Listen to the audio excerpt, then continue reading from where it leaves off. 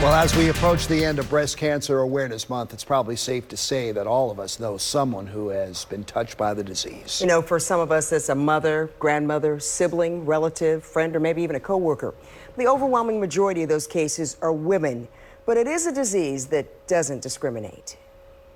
I'd go into the office, and if they'd call Susan or Robin or Joan or Kelly, whatever her name was, or they heard Rick, all of a sudden you saw everybody look up. That's what doctor's visits have been like for Rick Yaffe since last year. He was diagnosed with breast cancer. It would be like filling up a stadium of all males and picking one person out, and that was me. Last October, he was among the 1% of men diagnosed with male breast cancer.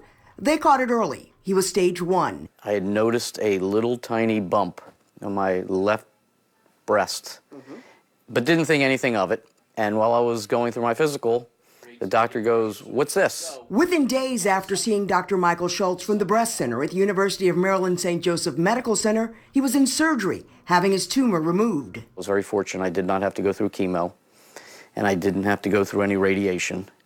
But he gave me an incredible appreciation for what women had to go through or have to go through. The cancers are absolutely identical. They're the same cell types, they're treated the same way, we use the same medications. Dr. Schultz says it's rare in men partly because they don't have as much breast tissue as women. But after his surgery, Rick was back to work in 2 days.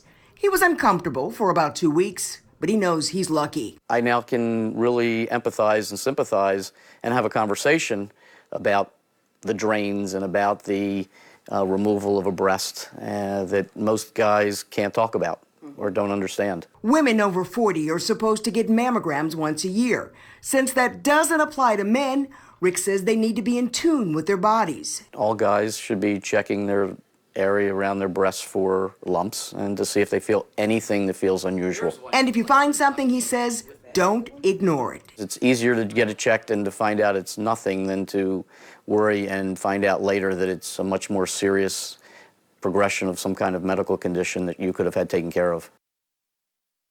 Now, Rick told me that he talked to his primary doctor today, that it went well, and he gave him the thumbs up. He's going to follow up with Dr. Schultz next month to mark the 1-year anniversary of his cancer surgery.